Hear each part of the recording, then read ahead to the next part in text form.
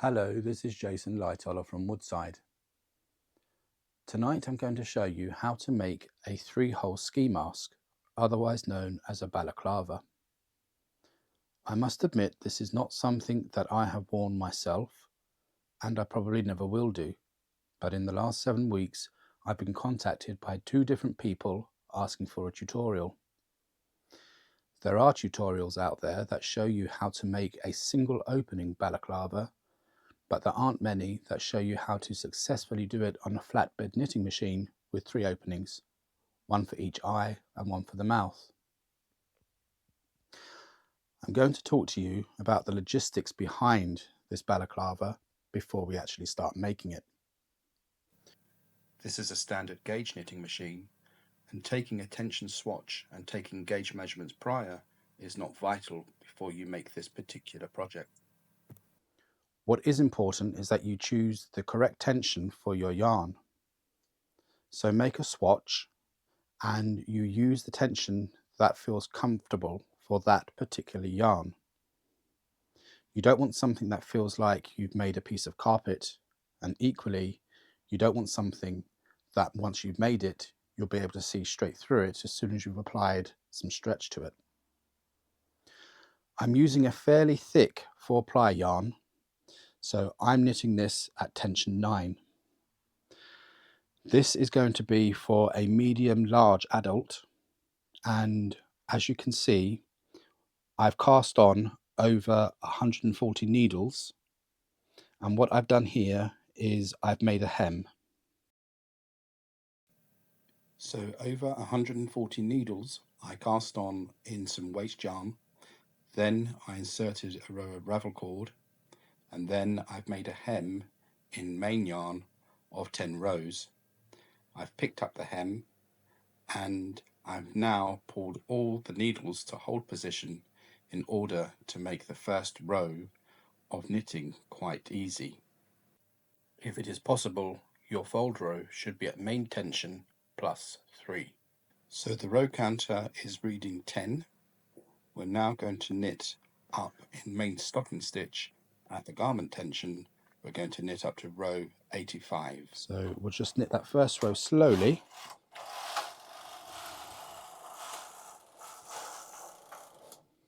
And now we'll carry on knitting up to row 85.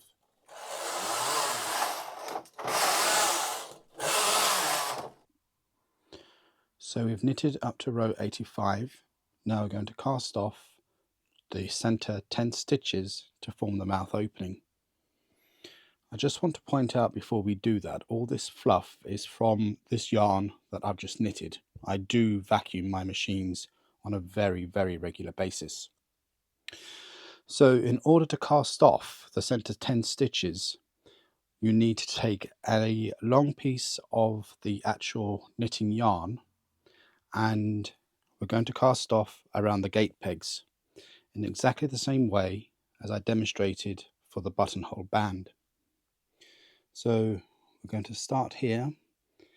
It's difficult to see with black yarn, but I think if you look closely you'll be able to work out what I'm doing. You take that stitch, which is the 5th stitch to the right of 0, lift it off the needle, bring it round the back of the gate peg and put it on the adjacent needle. Bring that needle so both stitches go behind the latch. Take the length of yarn and put it in the hook, and then you bring that through the latch so the stitches are cast off, and then you bring that single stitch onto the tool, bring it around the back of the gate pegs, so you've got 2 stitches now on this needle that I've just brought behind the latch. Bring the length of yarn into the hook and bring the hook through the 2 stitches. Again, you then put that single stitch, onto the tool, bring it around the back of the gate peg, both of those 2 stitches behind the latch, the length of yarn into the hook, and you bring that needle backwards to to cast off, and you carry on doing that until you've got to the 10th stitch, and I'm going to do that off camera. So I've cast off the center 10 stitches here, and before we do anything else we need to lift off these stitches from the gate pegs. The way that I do that is just by using the transfer tool, but be very careful not to drop the stitch from these outer needles. Now the reason why I use the gate peg cast off is because it gives a firmer edge, and that's what you need for this particular bind off. If you use the latch tool bind off, I'm just going to check before I do anything else. Yes, that's fine. If you use the latch tool bind off, it won't be as a firm edge. Now we need to cast on the stitches back onto these needles to create the upper edge of the mouthpiece. The edge that we've just cast off is the bottom edge. And to do that, we're going to use the double E-wrap cast on method. And again, the double E-wrap cast on produces a slightly firmer edge. So in order to do the double E-wrap cast on, you need to take the yarn and place it between the first and the second needle, wrap it around and bring it up the second and third needle and place it in the hook of the first needle, bring that needle back and knit it through. And then you repeat that process just like that. So you wrap the yarn around and then you bring the yarn through up the adjacent needle, you cross it over so it's in the hook of the previous needle, and then you knit it through. You wrap the yarn around, bring it up through the adjacent space, put it in the hook of the previous needle and knit it through.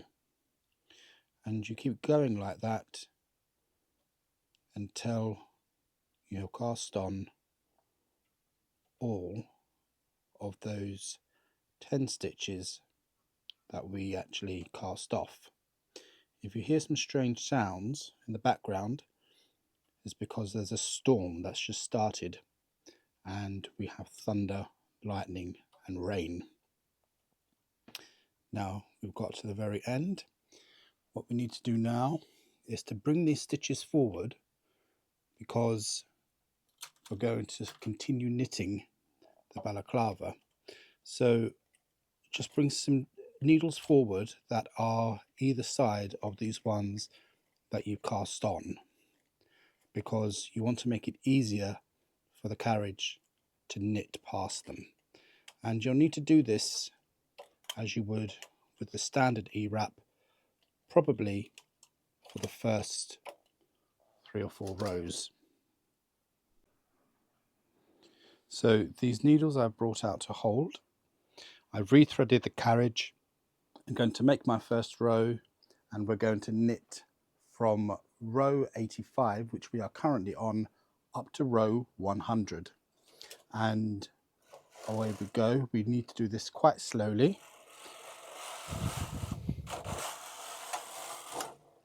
And we'll bring these needles out again, just a few either side of the center 10 that we cast off, and we'll keep going.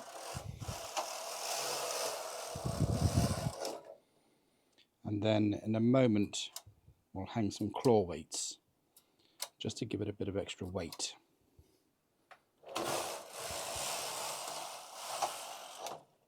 And what I'm going to do, as I said, is knit to row 100. So we have reached row 100, and we are going to cast off the center 42 stitches. Before we do that, we're going to put a marker on the center 4 stitches. So that's 2 stitches either side of naught. But as the transfer tool only has 3 prongs on it, we will mark the first 3 like that. and then we'll take the other stitch like this and then just bring it around. And I always like to tie a knot in my stitch markers that I make, just to be certain, just a loose knot, just to be certain that it won't come undone. And now we're going to cast off the center 42 stitches, again using the length of spare yarn and the gate peg method. So if we put that stitch on there, you can refer back to the previous step that I showed you if you want a close-up image and a much more slower image of that happening. But what I'm going to do is just zip along here, cast off all these stitches around the gate pegs, just so we get a slightly firmer edge than what we would do if we were doing this with the latch tool. And I'm going to do this now off camera because that's a much easier thing to do than me doing this with the camera right in front of me. So those 42 stitches are cast off. I've lifted them off the gate pegs, as you can see, and I'm now going to recast back on again using the double E-wrap cast on method those 42 stitches. And what we're doing here is we're actually forming the eye opening. So what I'm going to do is just zip along here and I'll come back on camera. As with any E-wrap cast on method, you do need to make sure that you're not pulling the yarn too tight. We're still on row 100, of course, and now what we're going to do is knit up to row 175, and we're going to make the first pass of the carriage slowly.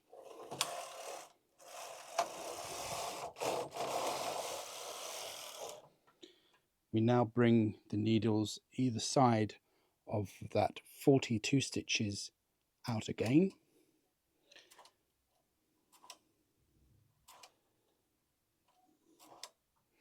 and we make another pass. It's at this point that you can actually make your marker on the 4 stitches at this point here. So 2 stitches either side of 0 to make the 4, just so that you can match it up with the side that you cast off.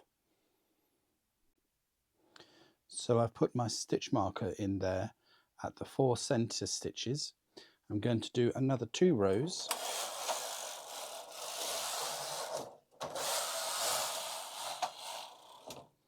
And then I'm going to put some claw weights just at the edge of the area will be cast on here.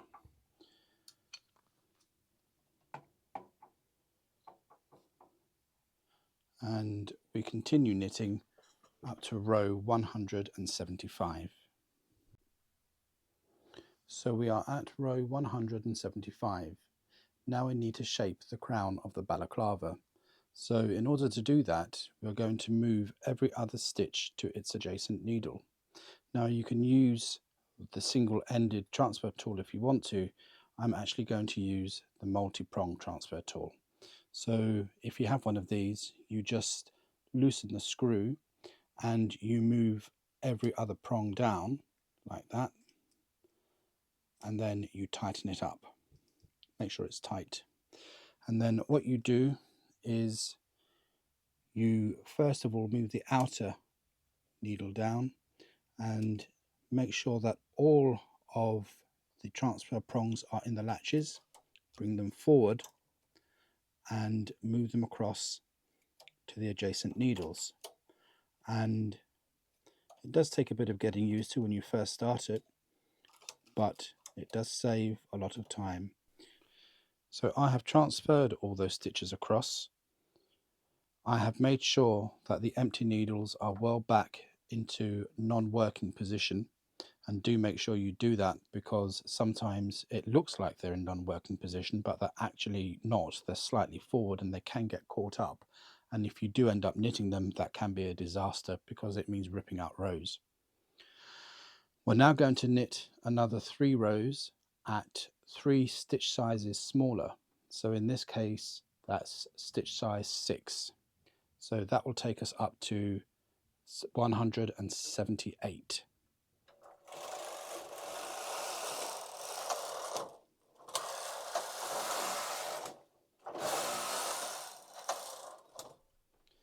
I'm now going to do 1 row at main garment tension, which is stitch size 9.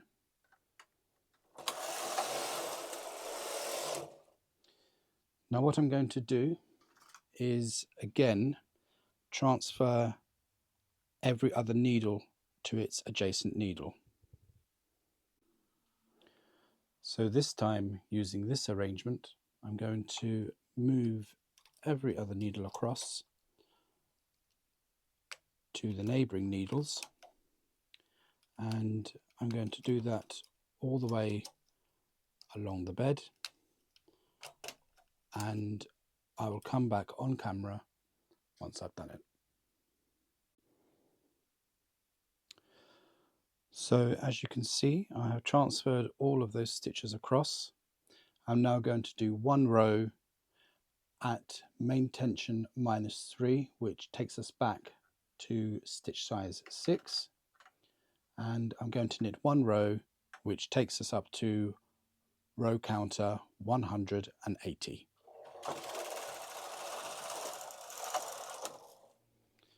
And now we're going to sew the stitches off.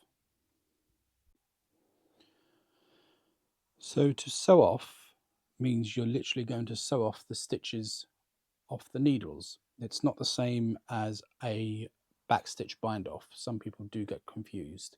The term sew off used to be seen a lot in older patterns, but it's still a very useful technique to learn.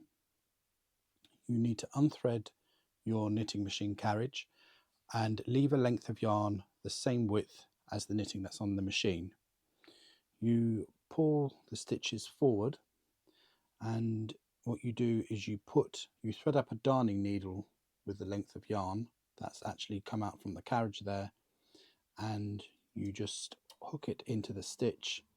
You go to the next one and hook it in, and the next one and hook it in and take it off, and so on. And you just go along the bed like that, and you don't need to actually take it in each individual stitch. Once you've got about 4 on the needle, you can pull it through and then carry on. Make sure these ones are out of the way, because otherwise it will get tangled up. So you just go in to the stitch and hook it off, and that's the term sewing off. Now I'm going to do the rest off camera, and then we'll come back for the next step. So all of those stitches have been sewn off. The thread we have left long because we're going to pull that taut later to shape the crown, and now we're going to remove the waste cast on yarn. And we take the ravel cord and we pull the longer end, and this is the hem at the bottom of the balaclava.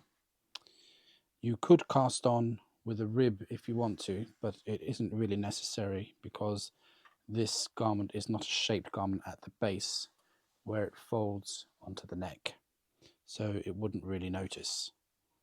And you can just get rid of that. We are going to give this some steam a little bit later, just to flatten that out. And now what we're going to do, this is the mouthpiece, but we're going to tidy this up obviously, and now we're going to shape the eye section. So with wrong sides facing you, we are now going to join the middle section of the eye opening. This is the top part of the balaclava. This is the bottom edge here, because here is the mouth opening. So the section at the top part of the eye opening, we're going to rehang these 4 stitches here and rehang these 4 stitches here, which is why you needed these markers. So let's get on and do that now. Let's get that out of the way. And it's quite an easy thing to do. So right on the edge of that stitch there,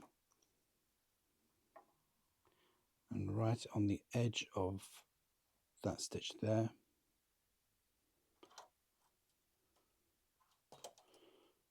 and then you just hook them on. And you take the other edge of the eye opening, make sure your latches are open, and then you put them on the needles.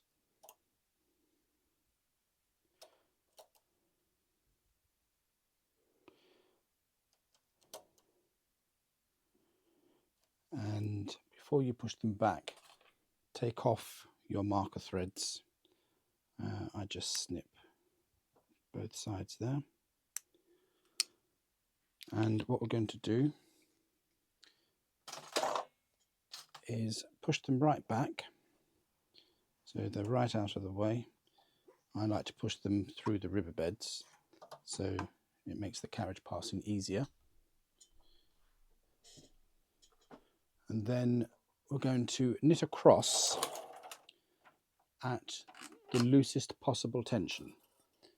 So just take that across, and then we'll take the latch tool and cast off.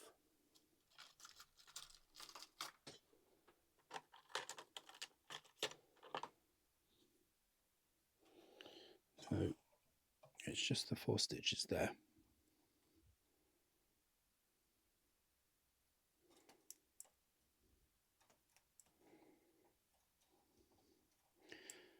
And this final stitch, you bring the loose end through and pull it tight.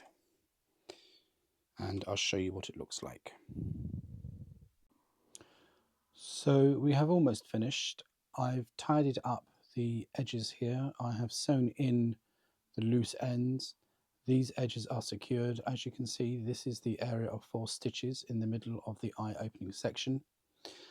And now we're going to sew the back seam. So we're at the linking machine now, and I'm just going to hang the back seam on to the point needles. Now, I've already done a video about the best way to join your knitwear using various different machines, and I talk about linking machines. I show you the results of using overlockers and domestic sewing machines. So please do take a look at that and compare the results. What I'm going to do now is just get the rest of this onto the point needles, and then I'll come back on camera. So the balaclava seam is actually now firmly on the linker pins. Make sure that you actually push it right up against the edge of the mechanism here. On a Hague linker, these point needles are straight. On this particular type of drum mechanism, the linker pins are curved upwards, which means that there's a much less chance of the work slipping off the needles. Just to show you here, this was the thread that we used to sew off. Make sure that it's not caught up in the mechanism, because you won't be able to pull it through. So what we're going to do now is just take this right back to the start, and we're going to start the linking process now.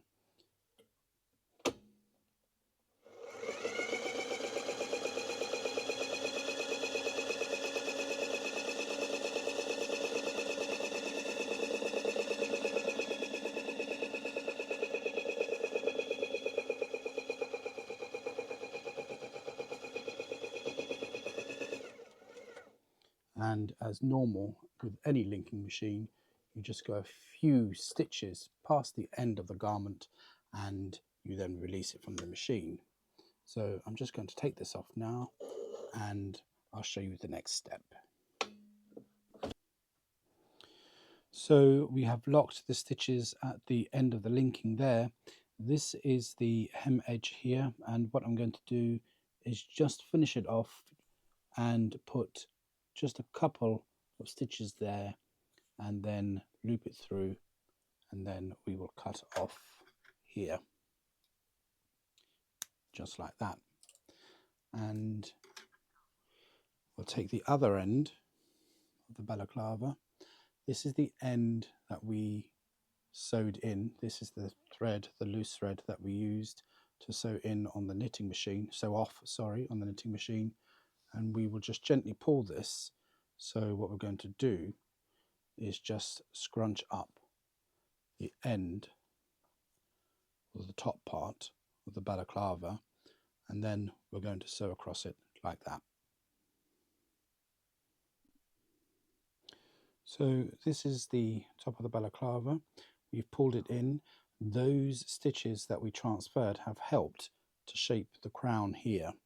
And what we're going to do is just sew across in a quarter shape. So what we're going to do is go from there to there and there to there. And probably, if it's needed, we'll go across in a triangular shape. But you don't need to do too many stitches. It's just literally to bring it across. You could go around in a circular shape to bring it in, but I find that sometimes it leaves too much of a gap and you don't actually shape the crown properly. So if you do it this way, it pulls in and the stitches look a lot neater. So I'll just finish that off now, and then I'll come back on camera. And here is the finished balaclava. There are variations, of course. If you wanted just a single opening, you would knit up to row 100 after you have done your hem and not make the mouth opening. You would cast off 40 stitches at row 100 and not join the center section here. If you wanted a slightly bigger mouth opening, you could perhaps cast off 15 stitches or 12 stitches. However, the idea of a balaclava is warmth, or, depending on the purpose of why you're wearing it, concealment.